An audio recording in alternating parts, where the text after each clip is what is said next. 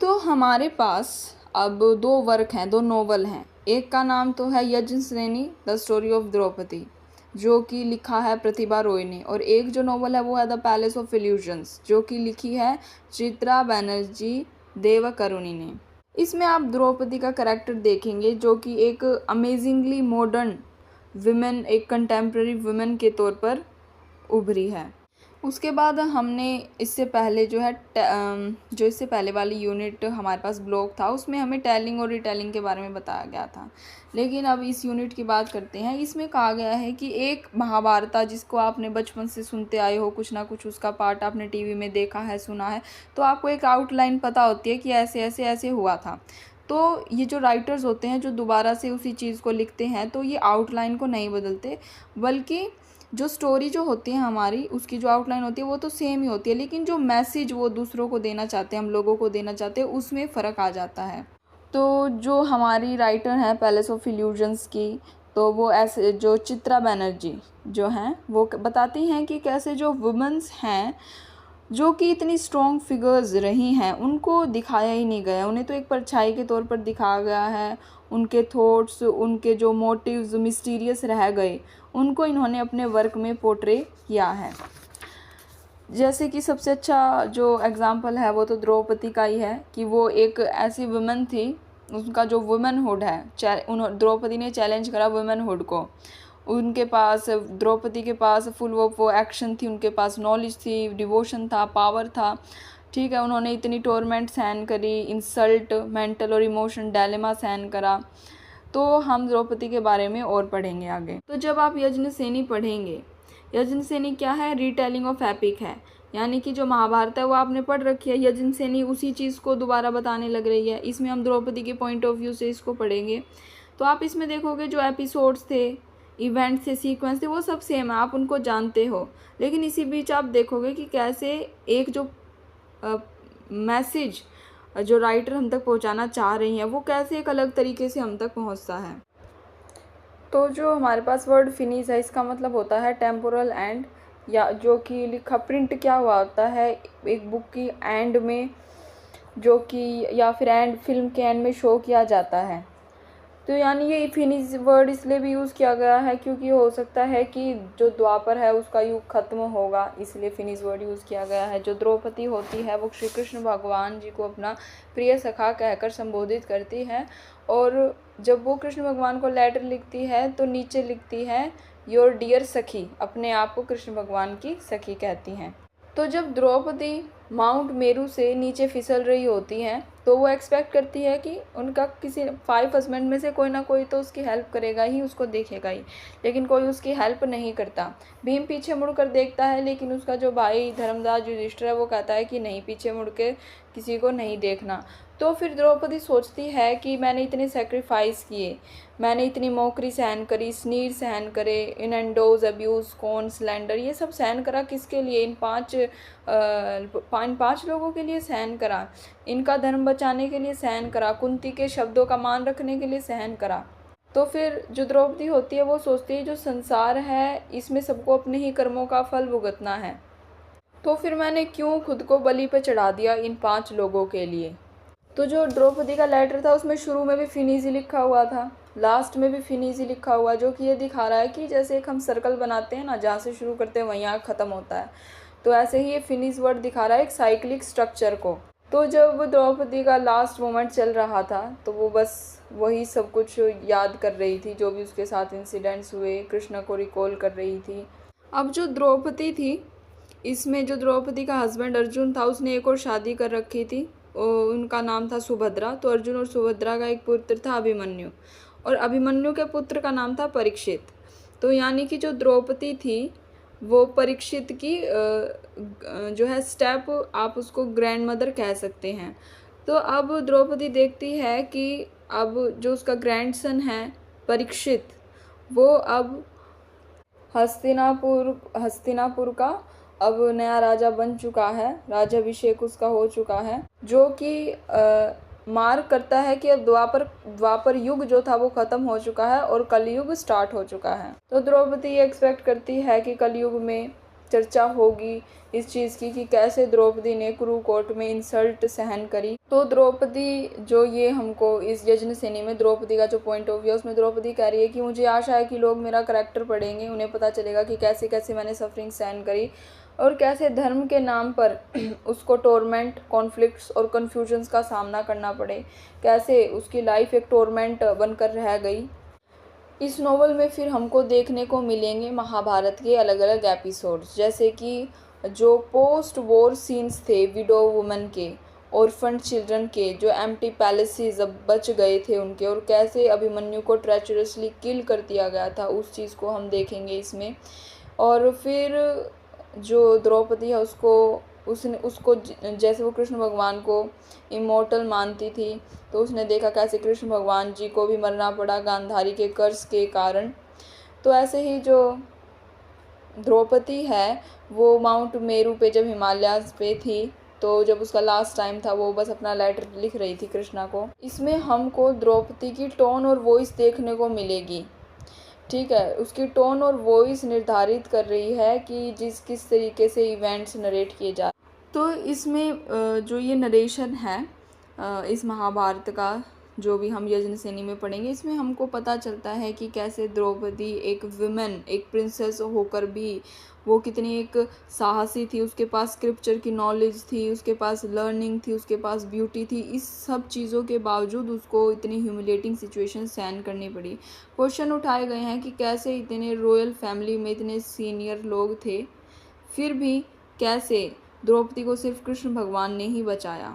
और कृष्ण भगवान जी की जो डिविनिटी थी उसको एक तो अर्जुन ने पहचाना बहुत अच्छे से और एक द्रौपदी ने पहचाना था। तो जो ये हमारा ये जो हमारी दोनों नॉवेल्स है यज्ञसेनी और द पैलेस ऑफ इल्यूजन्स, इसको एक ऑटोबायोग्राफी की तरह भी पढ़ा जाता है, क्योंकि इसमें हम देखते हैं कि जैसे Draupadi first person point of view हम इसमें देखते हैं कि द्रौपदी बता रही है कि मेरे साथ ऐसे हुआ, तो एक ये ऑटोबायोग्राफी की तरह है। तो हम इसमें देखते हैं कि जो द्रौपदी है उस द्रौपदी का जिस तरीके से करैक्टर दिखाया गया है इसमें, तो हम इसको एक फेमिनिस्ट टेक्स्ट भी मान सकते हैं। इसमें जेंडर बेस्ड इश्यूज हम देखते हैं, द्रौपदी का व्यू पॉइंट हम देखते हैं, द्रौपदी के अंदर जो एक सेंस है सेल्फ का यानी मैं का, उसको दिखाया गया है। द्रौपदी आग से जन्मी थी वो, तो वो फियरलेस थी और बोल्ड थी हर सिचुएशन में, क्योंकि जब उसको कोर्ट में लाया गया और इंसल्ट किया जा रहा था उस समय भी द्रौपदी ने अपना जो है स्ट्रेंथ दिखाते हुए सभी से वहाँ पर क्वेश्चन किया था कि क्या बताइए, क्या ये धर्म के नाम पर क्या हो रहा है। वो इतना कुछ बोल रही थी और उसके जो 5 हस्बैंड थे वो म्यूट स्पेक्टेटर्स की तरह वहाँ खड़े थे। तो इस पर्सनैलिटी से हमें पता चला कि द्रौपदी एक फियर्सली इंटेलिजेंट, स्ट्रॉन्ग विल्ड और अनअबैश्ड सेंस ऑफ प्राइड की वुमेन थी, woman as well as a queen. फिर हम इसमें देखते हैं कि द्रौपदी ने का जो ये मूवमेंट चल रहा था वो एक बहुत ही ज़्यादा कैथार्टिक मोमेंट था जब उसको कोर्ट में लाया गया, और जो दुशासन था वो जो द्रौपदी का जो फैब्रिक था उसको खींच रहा था। तो जब द्रौपदी ने कृष्णा जी से मदद मांगी तो कृष्णा ने उसको सप्लाई ऑफ फैब्रिक दिया, अनएंडिंग सप्लाई ऑफ फैब्रिक दिया, जिससे वो खुद ही थक गया था। फिर उसके बाद द्रौपदी के वर्ड सुनिए। द्रौपदी कहती है, I do not beg for any one's pity, मैं किसी की सहानुभूति नहीं चाहती, मुझे है ना जस्टिस चाहिए। एक वुमन का ऑनर बचाना एक राजा का धर्म है। तो इस चीज़ से हमें पता चलता है कि कैसे द्रौपदी ने, वो एक एक्सेप्शनल वुमेन थी, कैसे उसने कोर्ट में सबको क्वेश्चन किया, रॉयल फैमिली के लोगों को। इससे हमको ये भी पता चलता है कि जो वाइफ है वो एक हस्बैंड की प्रॉपर्टी बन के रह गई है, जो कि एक गाय और स्लेव से के ही समान है। द्रौपदी पांडवों की स्ट्रेंथ भी थी, वीकनेस भी थी। जो द्रौपदी का हंसना था उसी ने दुर्योधन को उकसाया रिवेंज लेने पर। उसके अंदर स्टबर्ननेस भी थी, जिसकी वजह से जब उसको इंसल्ट किया गया उसके अंदर जो स्टबर्ननेस थी, उसने जो क्वेश्चन किया, उसी की वजह से ग्रेट वॉर हुई, डिस्ट्रक्शन हुआ। वो खुद as a instrument of revenge born हुई थी और फिर जिसके वजह से ट्रेजिक ग्रेट वॉर हुई। तो जब अर्जुन स्वयंवर में द्रौपदी से स्वयंवर करके उसे ले आता है, तो 5 भाई वहाँ खड़े होते हैं। तो वो कुंती का जब मुँह एक तरफ होता है उसे कहते हैं कि अर्जुन देखो माँ किसको साथ लाया है। तो जब कुंती कहती है इनको आप जो भी अर्जुन लाया है आपस में बांट लो, तो सब चुपचाप उसकी बात मान लेते हैं। तो इसी पर ही जो वो उनका मानना है कि माँ ने जो कहा है वो धर्म है और वो धर्म को मानना ही है। तो कुंती कहती है कि मेरे धर्म का क्या, मेरे को तो मेरी शादी तो एक से ही हुई है, तो अगर वो दूसरों को भी एक्सेप्ट करेगी तो क्या उसका धर्म भ्रष्ट नहीं होगा। तो जो द्रौपदी के पिता थे जिनका नाम था द्रुपद, उनको एक लड़का चाहिए था। वो यज्ञ करवा रहे थे, उस यज्ञ से ही उसी को यज्ञसेनी कहा गया। उस यज्ञ से ही जो है द्रौपदी पैदा हुई थी, इसलिए उसको यज्ञसेनी कहा जाता है। तो पहले तो ये हुआ था कि बात चल रही थी कि जो द्रौपदी है वो कृष्णा की वाइफ बनेगी, उसको जयमाला पहनाएगी। लेकिन कृष्णा ने कहा कि लेकिन जो ये मतलब वुमन है वो ऑर्डिनरी नहीं है, द्रौपदी ऑर्डिनरी नहीं है, तो इसलिए एक स्वयंवर होना चाहिए। तो इसके बाद फिर कृष्णा जी सजेस्ट करते हैं कि अर्जुन ही द्रौपदी के लिए ठीक होंगे। तो फिर जो द्रौपदी है वो सोचते हैं मेरे पास अपनी खुद की थिंकिंग है, मैं यज्ञ से पैदा हुई हूँ, सैक्रिफिशियल फायर से पैदा हुई हूँ, तो मुझ में भी ज्ञान है क्या सही है क्या गलत है। तो अगर इतना सब कुछ ज्ञान होने के बाद भी मुझको कोई स्वतंत्रता नहीं है कि मैं खुद के डिसीजंस लूँ। मैं कृष्णा के लिए सुबह से जो भी फूलों की माला बना रही थी, लेकिन अब मुझे अर्जुन को पहनानी पड़ेगी। क्या चलो अर्जुन भी कृष्ण के ही अंश से पैदा हुआ है, लेकिन अगर कहीं अर्जुन की जगह किसी और को मुझे माला पहनानी पड़ गई तो मैं खुद को क्या कहकर सांत्वना दूंगी। वो ऐसे सोचने लगे। लेकिन जो द्रुपद था, यानी जो द्रौपदी का पिता था द्रुपद, उसका तो एक ही एम था कि जो उसका सन एंड लॉ होगा वो सिर्फ कैपेबल होना चाहिए द्रोणा को हराने के लिए।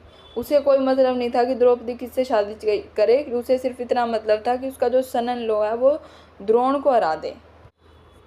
तो इसके बाद हम इसमें एक इंसिडेंस देखते हैं, जब जो अर्जुन होता है वो कसम खाता है कि जब तक मैं कर्ण को नहीं मार दूंगा मैं वाइन से, मीट से और द्रौपदी से दूर रहूँगा।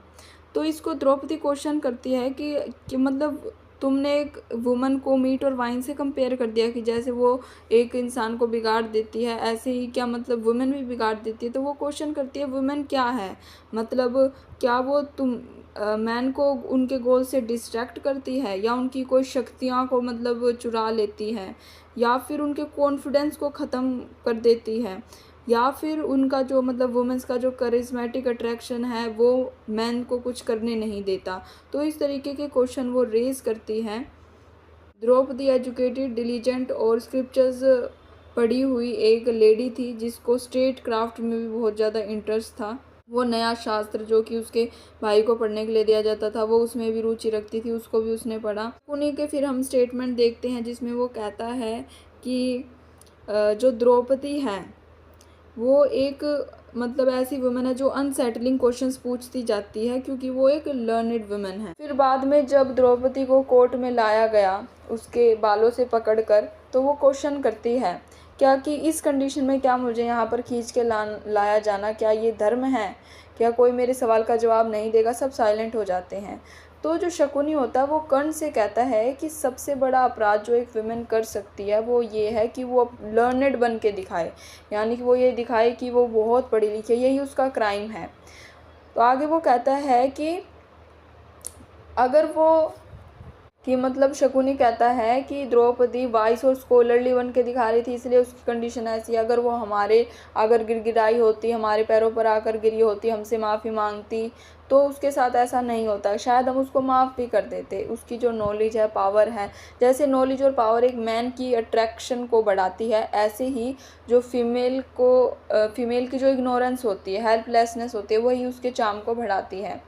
द्रौपदी में एक सेंस ऑफ प्राइड है, लर्निंग है, विजडम है, और उसकी जो ये बर्निंग टंग ऑफ फ्लेम्स है, यानी जिस पर मतलब जैसे उसकी जो जुबान है जैसे अंगारों पर चलना है ना, ऐसे ही उसकी अंगारों की तरह गर्म है, जो कि उसकी स्थिति का कारण है, ऐसा शकुनी कहता है।